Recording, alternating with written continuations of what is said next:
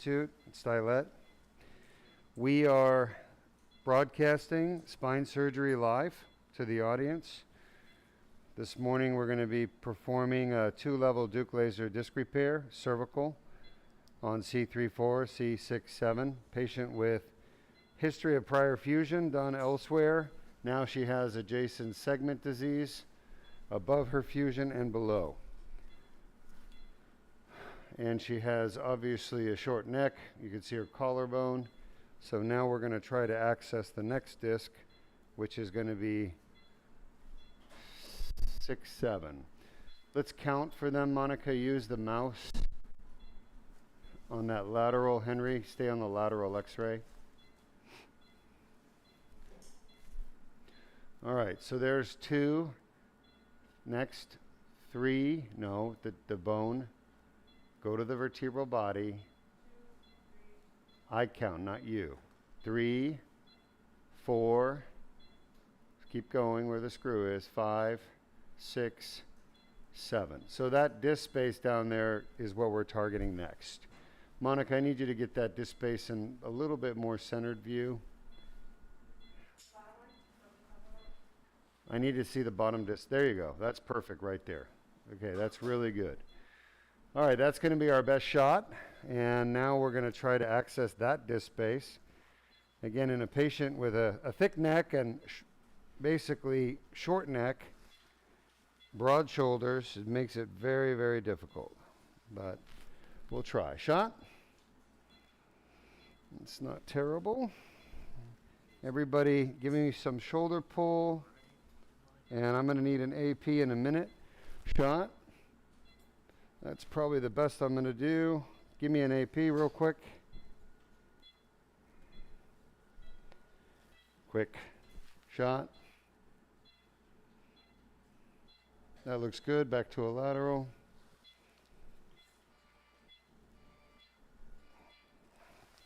I need to see. Shot. Shot. Shot. All right, give me a AP. This patient has really bad neck and arm symptoms, neck pain, arm pain, numbness, tingling, weakness. Perfect. She has radiculopathy, which is basically nerve damage from the herniation. Nope. And that's from the nerves above and below her fusion. So now we are accessing the 6-7 disc, which is just below her fusion. So that looks good to me. All right. 2, 3, 4, 5, 6, 7. Once again, problem with fusion is people develop adjacent segment disease. Let's have some num-num.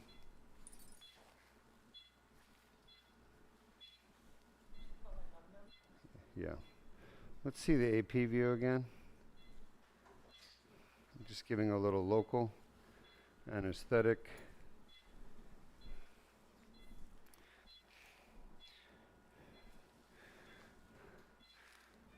Yeah, it looks great.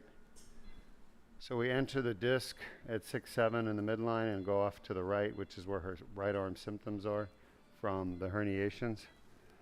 Next, I'm going to place my guide wire at 6-7. Shot.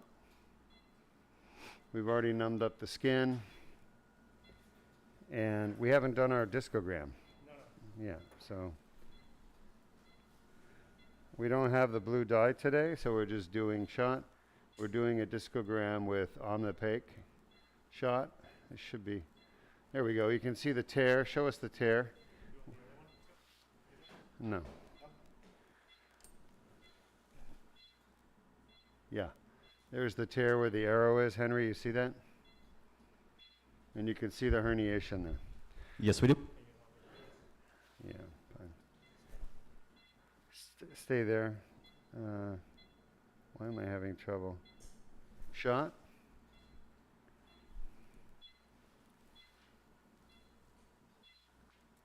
Shot. Uh-huh. All right, we got to keep an eye on the 3-4 needle and make sure it doesn't come out accidentally. Shot. It looks pretty good. We're going to get started on, I need light here. Can we turn on more? Knife. All right, making the incision at 6-7. This is a 4mm incision. I'm taking out the needle, leaving the guide wire shot. Shot. You can see the guide wire. Show us the guide wire in the disc.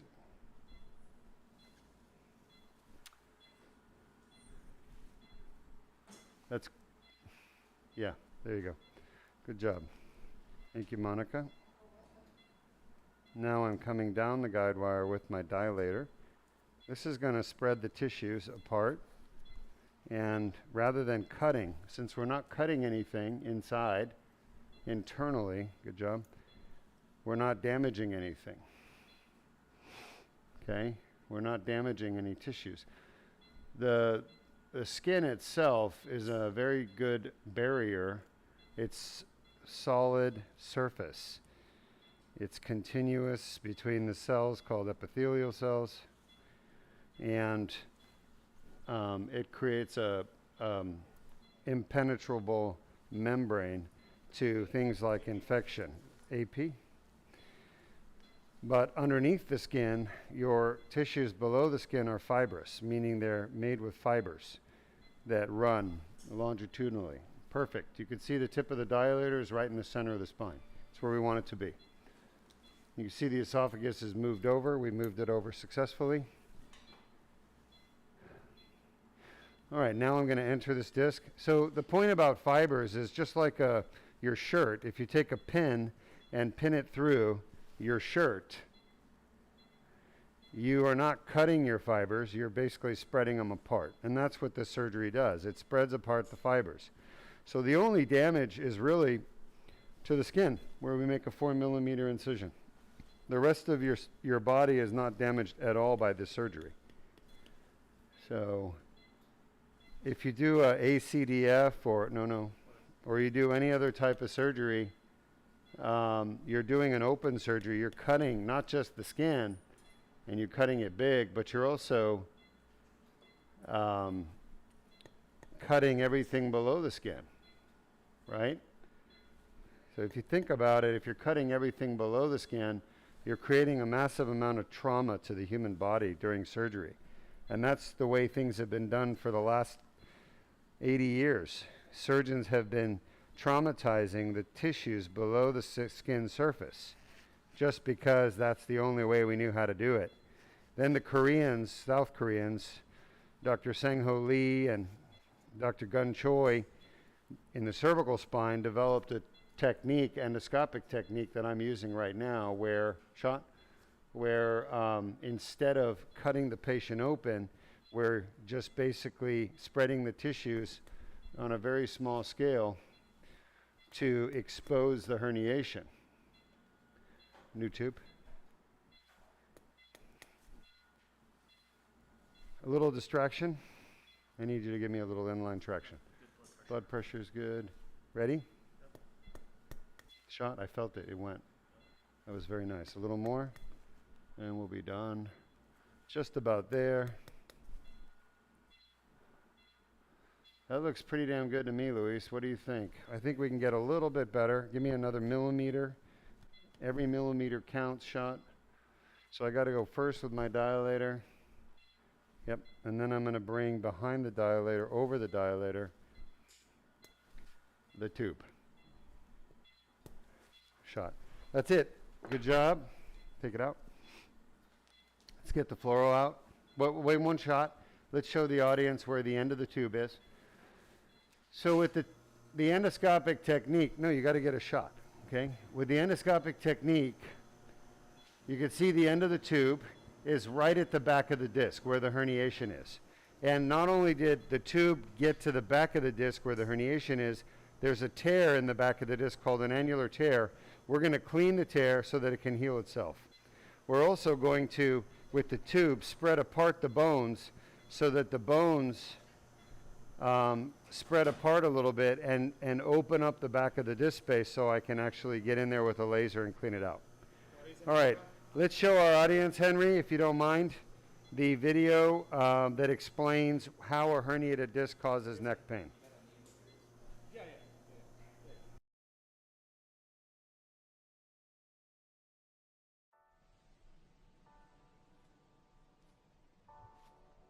Traumatic injury on the disc can cause annular tears to form.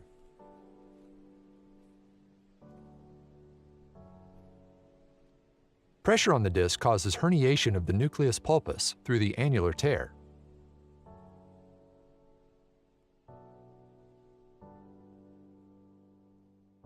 Inflammatory tissue develops within the annular tear, causing neck pain. The inflamed annular tear generates pain signals.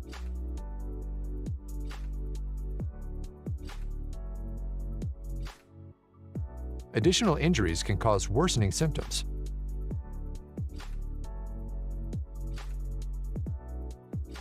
Inflammation from the annular tear can spread to the nearby nerve roots, causing arm pain.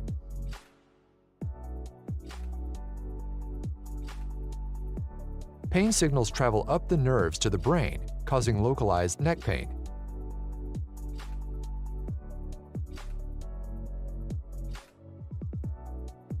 Pain signals reach the primary somatosensory cortex, causing conscious awareness of neck pain. If you have a herniated or bulging disc and neck pain, submit your MRI for a free review at www.mri.dukespine.com. Keep that. All right, welcome back. And you can see from our video there why does a herniated disc in the neck actually cause so much pain in the neck and headaches and arm symptoms. It's inflammation primarily is the main reason. And all these years, spine surgeons thought it's not inflammation, that it's compression, pressure from a herniated disc. So all these years, and I was taught this too, spine surgeons believe that, oh, well, if the herniation is small, then it won't cause any symptoms. But that's not true, because the symptoms don't come from pressure, they come from inflammation. So there's been a misunderstanding about this disease for years. And Duke Spine Institute is the ones who figured this out. And we've been treating patients as though they have not just a compressive disease, pressure on the nerves and spinal cord, but also inflammatory disease. So you need to look at herniated discs as both compressive and inflammatory.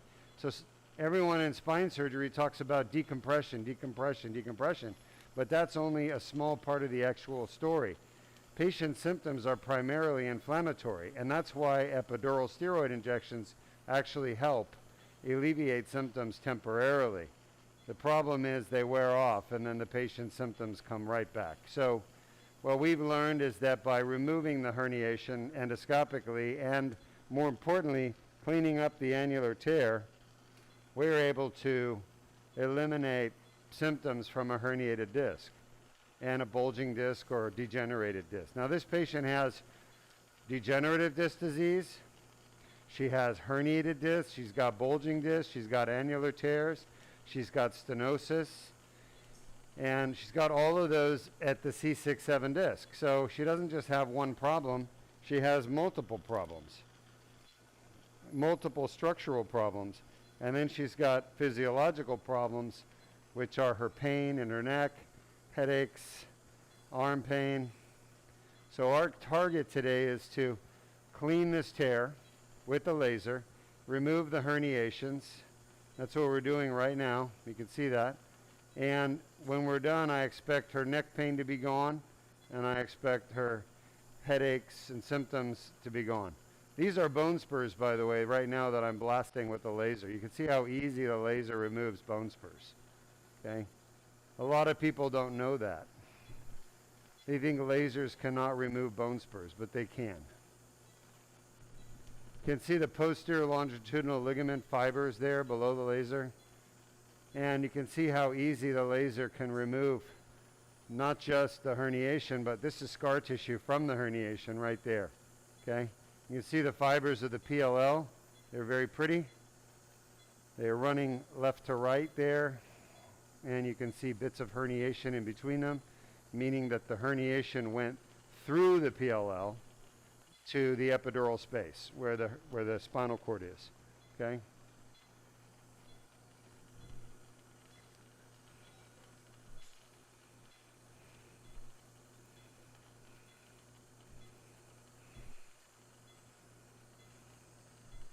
We have a comment on Yes. LinkedIn. Sure. Wow, LinkedIn. We don't get a lot of LinkedIn comments. I know, right? This comes from John Oliver on LinkedIn. And Hi, John. they said, "Good morning and glad to see you back in the OR." Yes, John, thank you. Well, John, I appreciate the fact you missed us, and truth is that, we've been, I've been gone for a few weeks, and Henry was out, and, we've had a variety of reasons to not broadcast, but yeah, it's been about 2 weeks, maybe 2 or 3 weeks actually, since we've been in the operating room. So you're correct. When I came back, I didn't go straight to surgery. I had clinic and telemeds, and so today is our first surgery day since I've been back from my trip. And it's good to be back. I love what I do here, helping people get out of pain. This patient is from Tennessee. She traveled to Florida with her husband to basically, she has debilitating pain. She had the fusion done years ago. They actually did nerve damage during the surgery. This was done in Tennessee, the fusion. And they did some nerve damage on her. The C5 nerve root was damaged. And she had weakness in her arm. She said she couldn't even lift her arm after surgery. So, that's the problem with fusion surgery, is that honestly, it's destructive and damaging, and there's lots of complications. So she was a victim of a complication of that surgery. So anyway, she's now here with adjacent segment disease, which many people are familiar with that term, adjacent segment disease. You've heard it. What it means is that if you get a fusion or artificial disc done, man, I'm having trouble here with the light fiber. I think it's quite interesting. If we redesign this scope, we need to change the angle of the light fiber coming off the back end, Yeah, at least 45 or the Right? Yeah. All right. That's the right side there, by the way, where the nerve leaves through the foramen. We're going to go check out the left side. Her arm symptoms are right-sided, but the annular tear will also be on the left. And if I leave the left side alone, then she'll be back again with another left-sided symptom in a few years. And I don't want her to come back and have problems, so I want to do everything I can while I'm here. You can see a herniation on the left side there. Still have some right-sided herniation coming out as well. Each of these little pieces is a herniation, by the way, and I've said this a million times, there's a herniation, but when people talk about a herniated disc, they think it's one herniation. It's not. It's literally, I would say, if I had to guess at this point, because I don't have any, I haven't done a data review, but I'd say at least 20 pieces of herniation on average per person that we fix.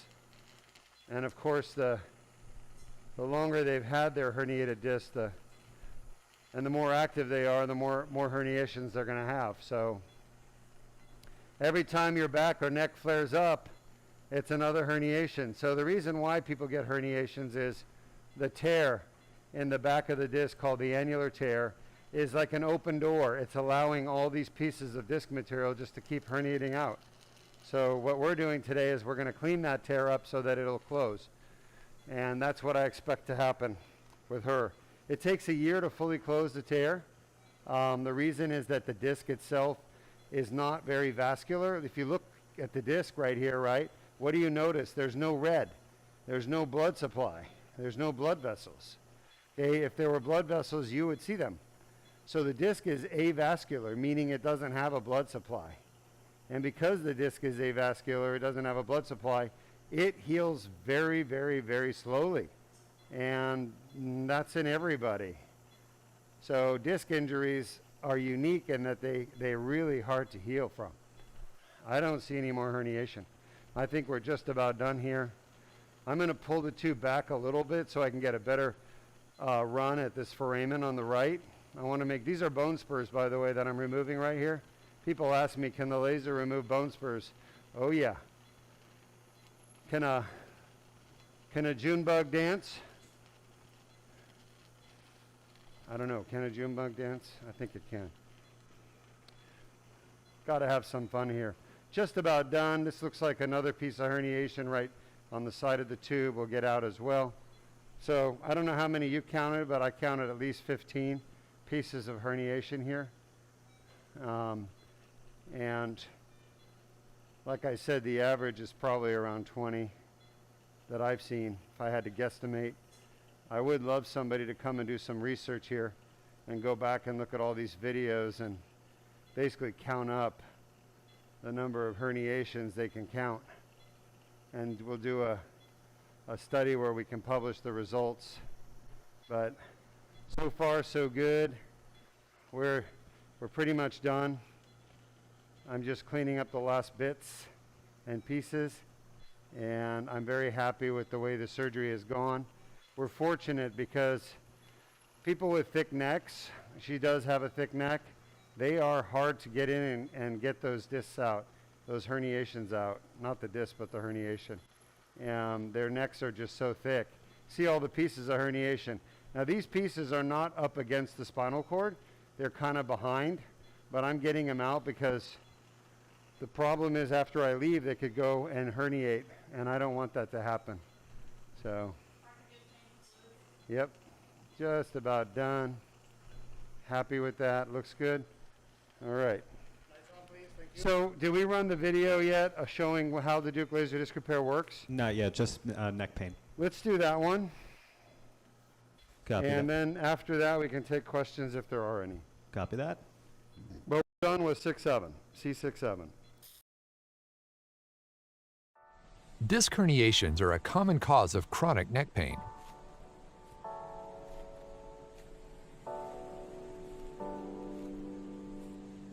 The inflamed annular tear causes neck pain. Inflammation of the nerve roots causes arm pain. A Band-Aid-sized skin incision is made. A small tube is inserted without damaging the bone or soft tissues.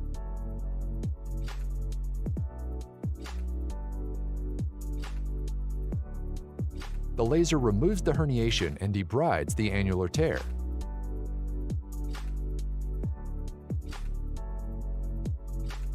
The annular tear heals on its own. It can take up to 12 months.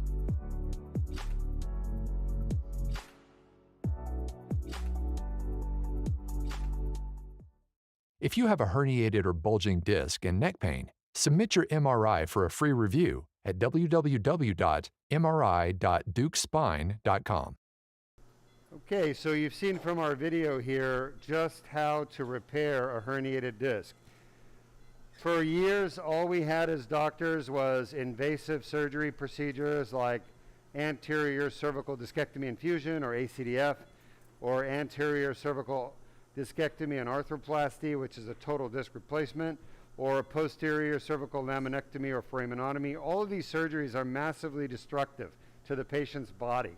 The surgeon is destroying all the normal tissues around the spine and the spine itself just to get a decompression done, when the patient 95% of the time doesn't even need a decompression. They just need the inflammatory problem fixed, which is done with the laser here. Yeah, fine. All right.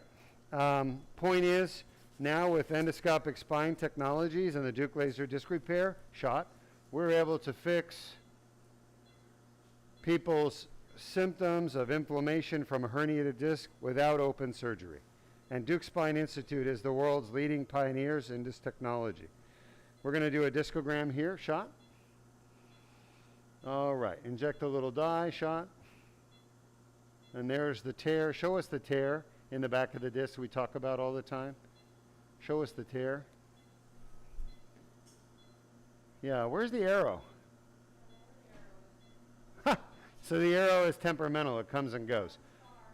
Well, you must have pushed a different button, like a contrast, anyway, show us the tear with this top of the star. Show us the tear. That's not the tear. Down. No, I don't know what you're pointing at. Anyway, sorry folks, but there you go. It's kind of on the tear now. But you can see the tear. It's a black line, and it leaks out to the back, and you can see a double herniation there. All right. Thank you, Monica. Shot.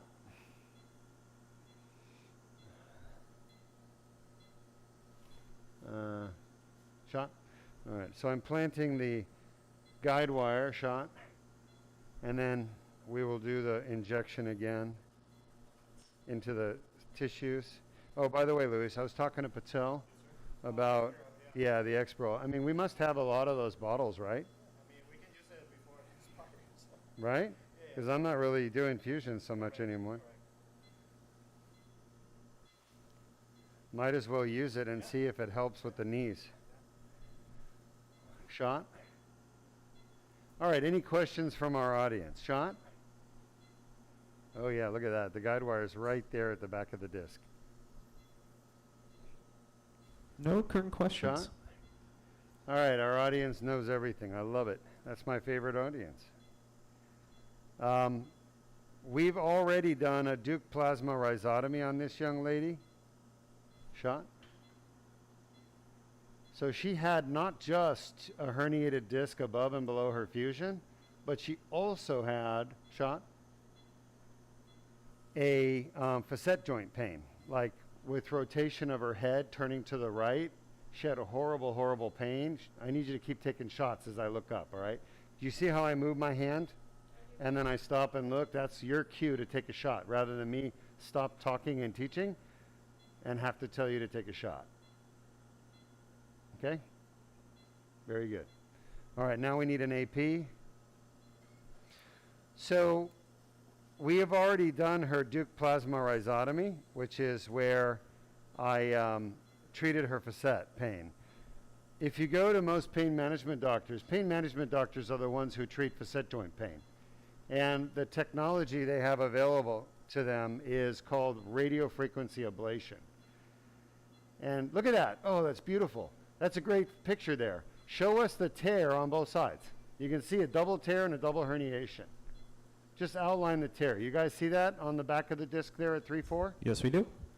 It's like a smile, like the Amazon smile right there. It looks like the Amazon smile. Oh my gosh. Amazon is sponsoring our surgery. Just kidding. But there it is.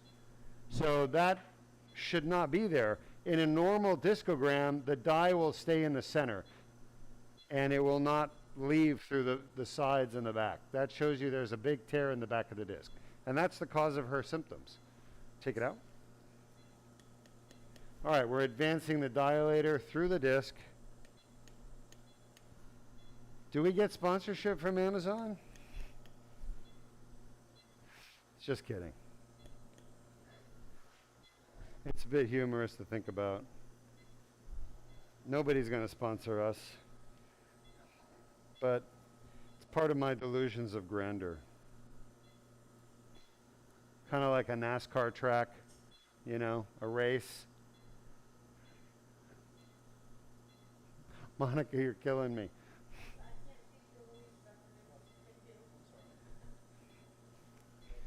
I know you feel like you're the first person to do this, but you're not. Jordan does it all the time. So, I know. It's okay. Shot? I'm in a forgiving mood today. I don't know why.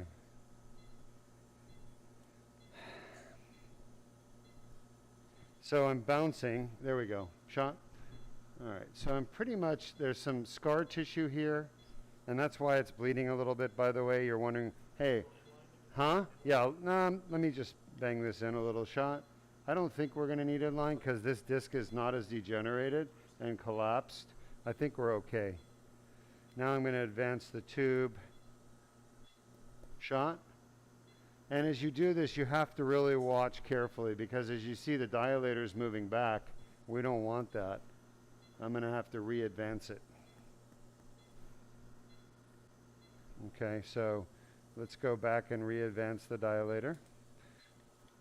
Shot. And you've got to use X-ray guidance throughout the surgery. The X-ray has to guide you. There's no other tool that works besides the X-ray. Ultrasound doesn't work. A CAT scan I wouldn't do because it's too much radiation. MRI, nope. X-ray is literally the very best and will stay the best for a long time. So you see how the dilator came all the way out? I've got to re-advance it. You can't just push the tube in, otherwise you're biopsying the disc. We don't want to biopsy the disc. That's what you do if you think it's a cancer or infection, you biopsy things and look at the samples. But right now we're just trying to advance the dilator over the tube over the dilator. And the dilator, I think, keeps coming out because there's a lot of pressure in this disc from inflammation. Inflammation causes pressure. Shot? You've all seen inflamed knees. You've all seen inflamed fingers on people. They're swollen and puffy and painful. Well, that's what happens to these discs. They get swollen and puffy and painful. And the swelling creates pressure within the disc space. And now I'm basically trying to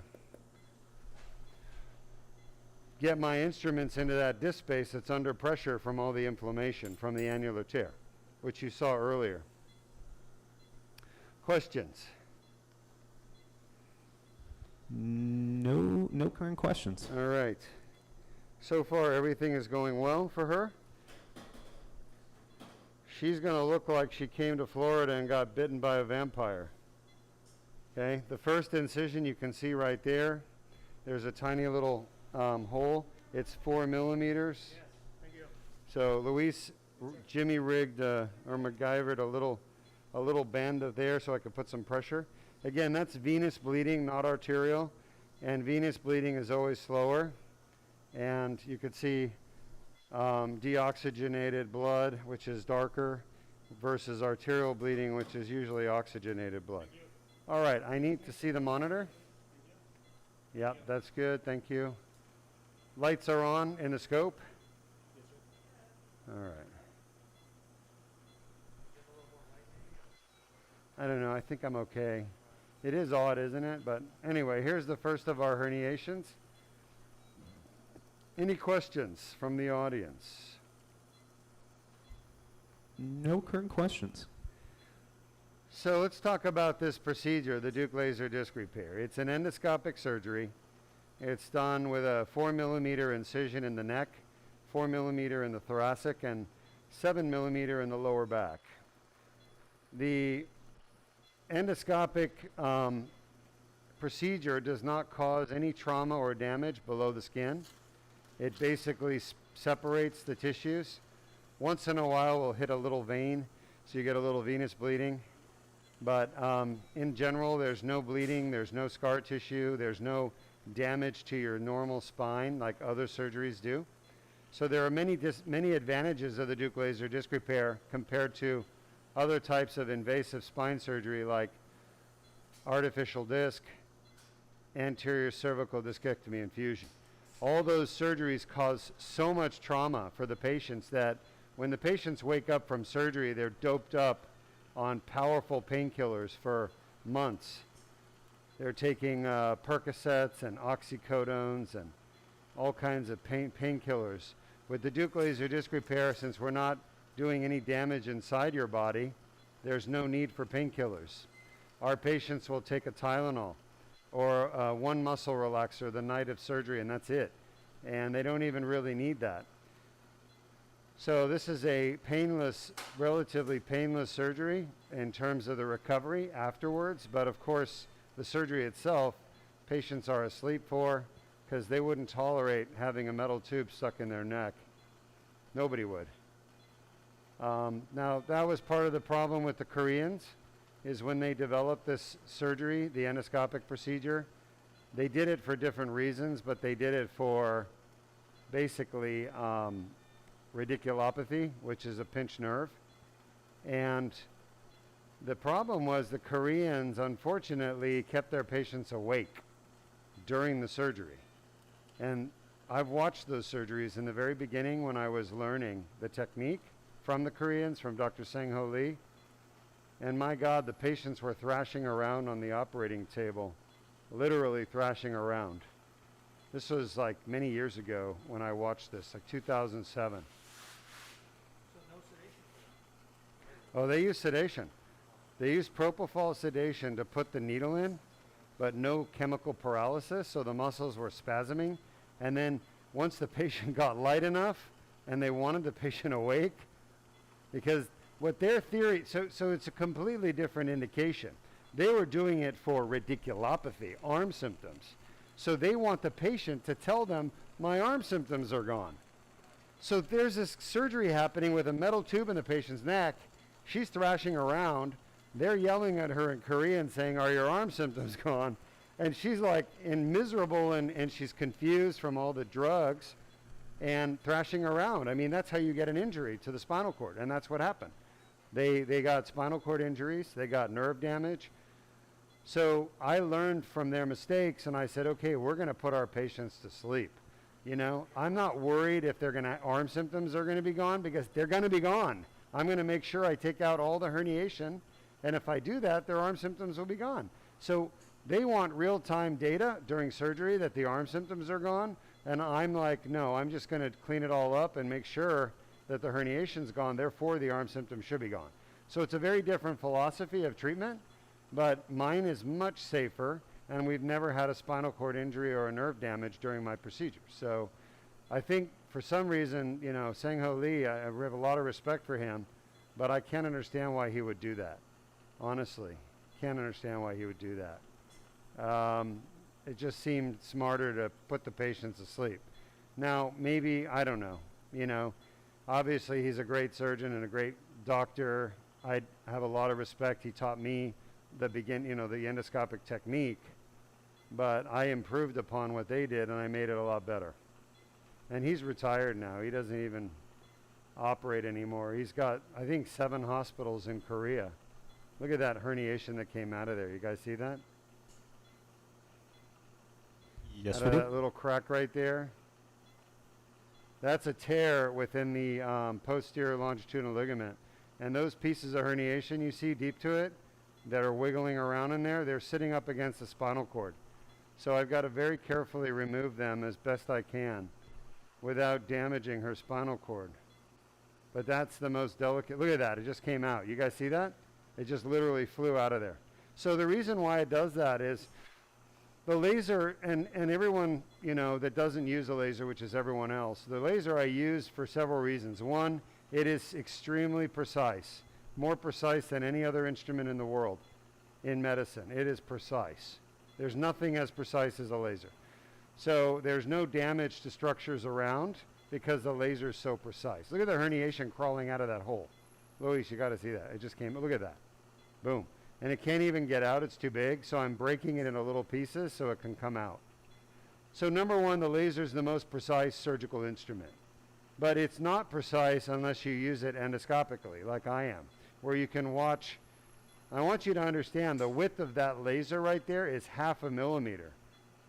The width, side to side, left to right, 0.5 millimeter.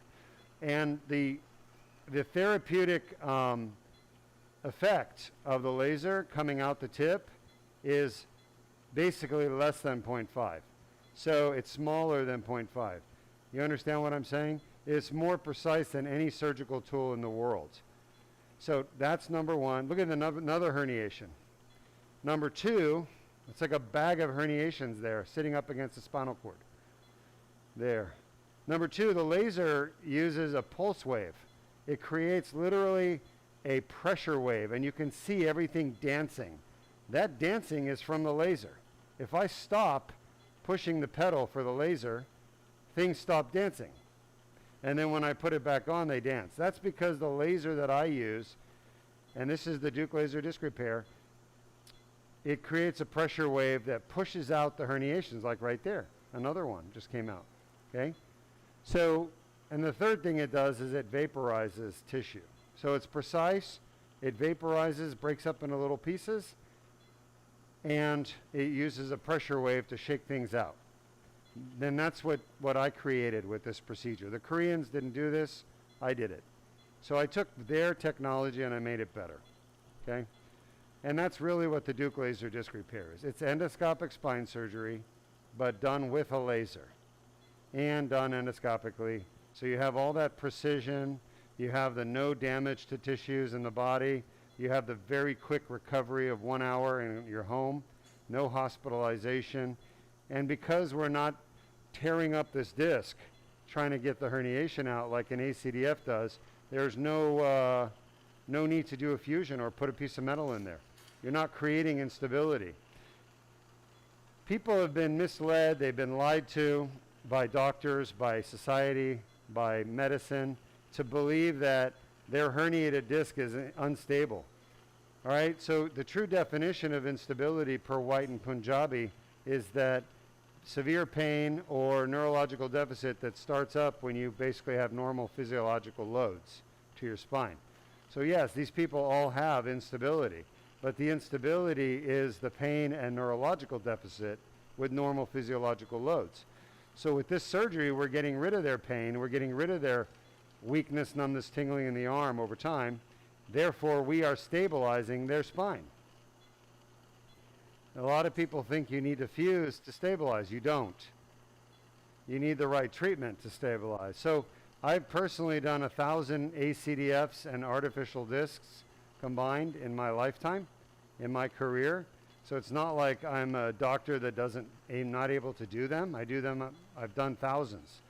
And I don't recommend them anymore because they're so damaging to people's bodies. Like this patient right here. She's already had a 2-level ACDF, 4, 5, 5, 6. Now she's back again with adjacent segment disease, needing another. You can see the spinal cord right there. You guys see the spinal cord? I'm literally bouncing on it right now. And just above it is the posterior longitudinal ligament. And the disc herniation was between the PLL and the spinal cord in the epidural space. And I've already taken all the herniation out, but I'm going to peel back a little more of the PLL just to see. I don't see anything more in there. It's looking really good. I think we're done. I'm just going to do another minute over here on the right side because she has right arm symptoms, just to make sure I get everything. And then we're going to be done. So if you have questions, type them up. Oh, there's a piece of herniation. And I will answer them for you. But I'm going to come over there with Henry, and I'll answer them for you over there, okay? So we're going to be done in about 2 minutes. I'm going to show you the incisions. There's 2 small incisions on her neck. It looks like she came to Florida and was bit by a vampire at Duke Spine. That's the Duke Spine vampire. Right, Luis? What's our vampire's name?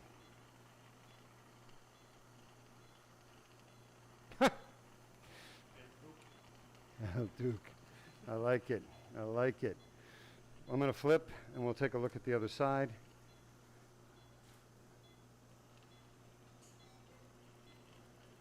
All right, type your questions up, but we're pretty much done here. I don't see any more herniation. We are looking good. Thank you, everybody. Great job. Monica, thanks for stepping in.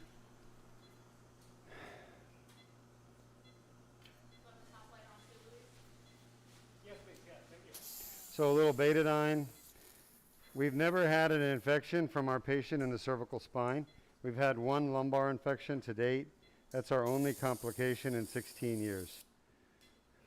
1 lumbar infection. Of course, it was treated with antibiotics.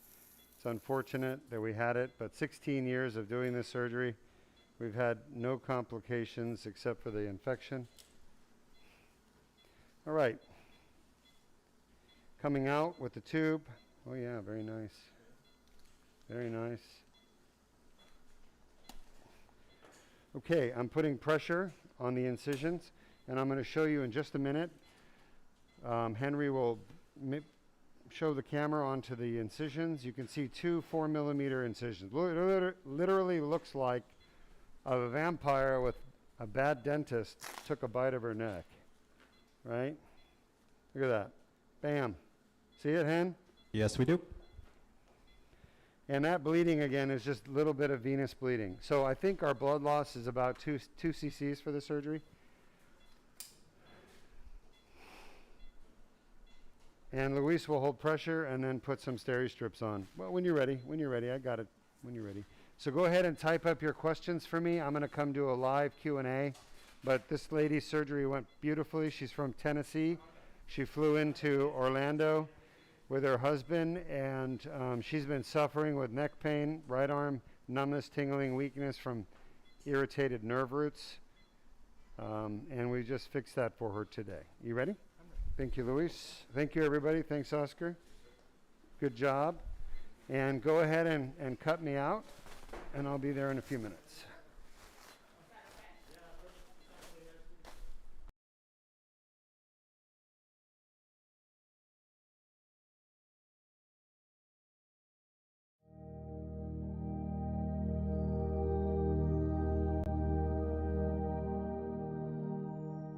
I'm Dr. Arduke-Majan. I'm here with one of my patients on February 1st, 2023. And you just had surgery on your neck, the Duke laser disc repair done with a 4mm incision to fix 2 herniated discs, her C6-7 and her C7-T1. And you had a long neck. We were able to get down to the C7-T1, and she had a very large herniation there. So your surgery was about 24 hours ago. How do you feel today? I feel like a different person. I feel I was able to do many things this morning that I haven't been able to do for 4 months, and that is just get out of bed and just take my first steps and have 0 pain. And I haven't had that in 4 months. First step out of my bed was always the beginning of my day, and it was awful. And today I took my first step out of the bed and it was glorious. Good for you. And before surgery yesterday, you had been suffering for about 6 months with neck pain going into your right arm, correct? About 4 or 5 months. How did that affect your quality of life? Every day is difficult. I mean, I have a 10-year-old and a 5-year-old boy, and just the basic duties of a mother every single day was just unbearable and difficult. So quality of life was not very good. And so it is now. And so the pain, obviously, because of the pain, activities would set it off, so you were limiting what you were doing. You were limiting what you were able to do as a mother. Yes, there was things I were not able to do, and be the best mum that I can be was not one of them. Well, you look very happy right now. I am. Why are you so happy? Because I'm pain-free. Yeah, and you didn't have to have a fusion or an artificial disc put in your neck, did you? I did not.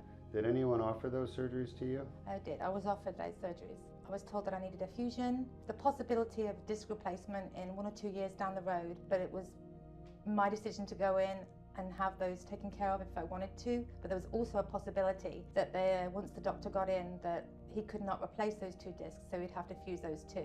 So that to me was a possible 3 fusion, 3 discs being fused. Mm-hmm. And I know the consequences of that, so that's why I came for your opinion, in your professional opinion, what can be done in a less evasive way.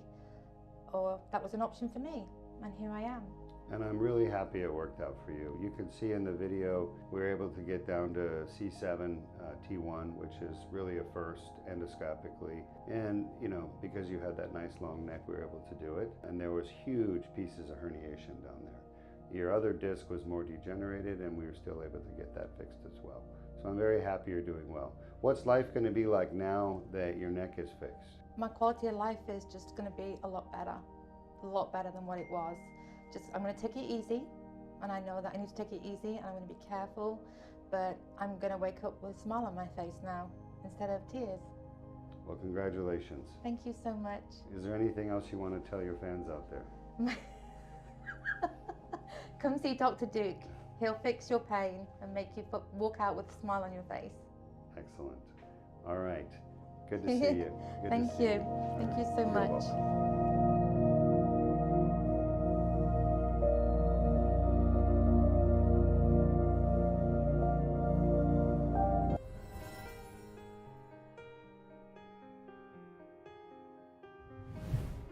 It is February 23rd, 2022, and I'm here with one of my patients who's traveled from Kansas. Is that correct? That's correct, Wichita, Kansas. Wichita, Kansas, and clearly you've had surgery. We just did it less than 24 hours ago. You've got your incision there on your neck.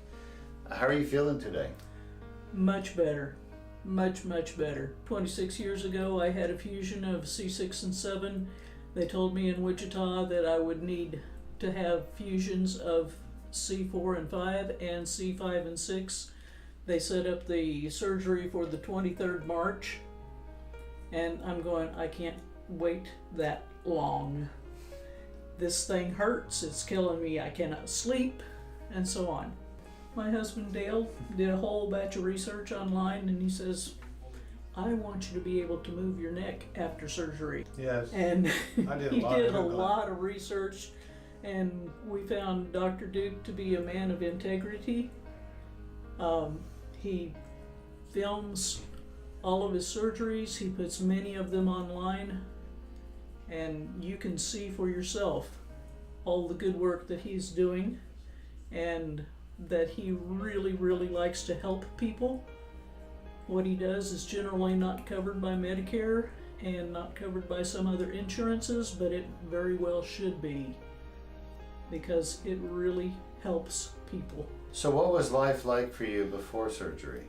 My pain was mostly in the neck and shooting down my shoulder, and especially in my shoulder. And you had really bad weakness with your arm. You couldn't even lift your arm, right? That's before correct. surgery? That's correct. Show us what you can do now. Before surgery, I could lift it to about here, and now I can lift it.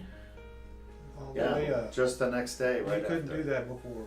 Yeah, that's because she had a herniated disc, two of them, C4-5, C5-6, and the herniations were literally sitting on the nerve. And we got in there, and if you watch this video segment right here, you can actually see there's the laser, and as we're removing the herniation, it literally pops right out of the foramen where it was sitting on top of the nerve, crushing the nerve. So, and the surgery was a success. We lost almost no blood at all, and you can see your incision is tiny, and here you are one day after surgery. It was outpatient, and you're ready to go home, right? You guys flying Going back home tomorrow. tomorrow? Okay, very good. Try and enjoy a little bit of Florida today before we go back to the snow. Okay, it is snowing there, huh, in Kansas? Probably. Okay. If not today, then tomorrow. Well, stay another week. And yesterday it was 70 I degrees wish. there. 70 degrees where, in Kansas? Or maybe that was the day before it was 70 degrees, and nice. then they woke up to about 11 degrees. Ah, so the cold front came in. We get those from time to time, and it gets cold around 60 degrees.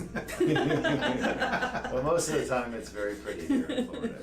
Well, we're glad you're here. Is there anything else you want to say to the world about herniated discs in the neck and surgery? Dr. Duke will give you a free look-see on the MRI. It's well worth your time. And he will do a Zoom call with you and tell you what he can do for you. So go for it.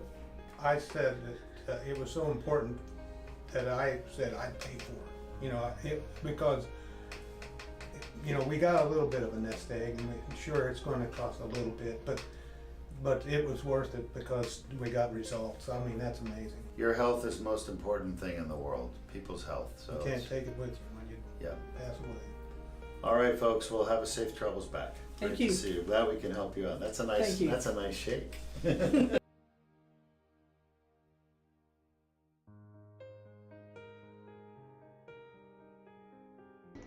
And Dr. Dumajian, we have just completed a 2-level cervical Duke laser disc repair for 2 herniated discs, degenerated discs, which were above and below her fusion. Everything went very well. We lost 2 milliliters of blood, and this patient will go home in about an hour. There's no hospitalization. There's no post-operative narcotic painkillers. She's going to do fantastic. We also did a Duke plasma rhizotomy to burn her medial branch of the dorsal ramus to her facet joints on the right side, C3-C4 to treat facet joint pain. All right, questions from the audience. Questions. This first one comes from JMC on YouTube, and they ask, do you know Dr. Adrian Reynolds, neurosurgeon? I do not know Dr. Adrian Reynolds, no. Next question comes from John Oliver, once more on LinkedIn, and he says, forgive me if I'm pronouncing this wrong, Gouda, Agina, Saddle area, have you seen just sensory issues but no motor issues? Thanks. Hey, yeah, cauda equina is when the nerve roots are crushed in the lower back, and you can have just sensory and no motor, absolutely. And then last but not least, comment from Michael Flores on YouTube saying the camera technology is pretty amazing. Yes, I have the best videographer in the world, Hey. Henry. And then last but certainly not least is from time_less90 on YouTube, asking or saying, I'm really considering this procedure for a small cervical annular tear that's making my life miserable. Why are so many surgeons bashing this procedure? Well, I don't know what surgeons are bashing it. I don't go out on the internet and read other surgeons' comments because, frankly, I find them ridiculous. But understand something. Virtually every surgery we broadcast, and we broadcast thousands, these are all people who come here and get the surgery, and if the patients weren't doing well, they would be letting you know. I promise you that. But you don't see any bad comments from our patients that we do surgery on because we fix them. And that's what they come here for. I don't do neurosurgery to make my colleagues happy. I don't give a flying fuck what they think, to be honest. I've given up on them. They're so preoccupied with making money and doing fusions and, you know, sitting around and doing a circle jerk, if you know what that means. They just love rubbing each other's balls. I fucking hate them, to be honest with you. I'm giving up on neurosurgeons and the medical society and profession. They're just focused on greed. They're focused on making money and extorting money out of people, patients that are suffering. So I have presented the data of this procedure at national neurosurgery meetings, the highest level you can go to. I've been invited, I've given talks, and my papers have been peer reviewed and published. And in the end, they know about this surgery, but they choose not to do it. And the reason is they don't make enough money on it. If you do more traditional surgery like fusion or artificial disc or laminectomy, you can make easily 100 times more money than doing the laser surgery. And the reason is simple. Number one, they're making more money on the surgery, but number two, the patients never do well, so they go into pain management, they get more pain management, they're making money there, like a washing machine, around and around and around. The patient keeps coming back, paying for more procedures, and then they come back and get more surgery, and then they go back and do more pain management, and then they get a spinal cord stimulator, then they get a morphine pump, and we're talking about $1 million to $2 million per patient spent by the insurance companies to hospitals, surgeons, anesthesiologists. It's a racket, and I'm not part of the racket. I'm trying to fix the racket. So of course they hate me because I'm threatening their livelihood. You know, my dad always taught me as a kid, make an honest living. Make an honest living. And what that means is always do what's best for the patient. You're a doctor. The patient's number one. If you're not doing what's best for the patient and you're doing what's best for you financially, that's fucked up. And that's what these doctors are doing. And it just took me a long time to figure it out. But once I figured it out, oh hell yeah, I'm bashing the hell out of them. I really don't give a shit what they say about me.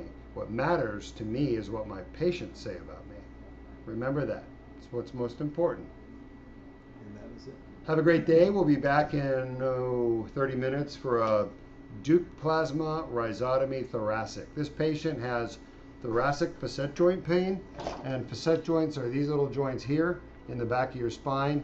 We've done medial branch block to confirm it. He's got like 6 levels on each side thoracic. We're going to go get them all, and we're going to treat him with the new technology that I developed here at Duke Spine called the Duke plasma rhizotomy. Again, patients first.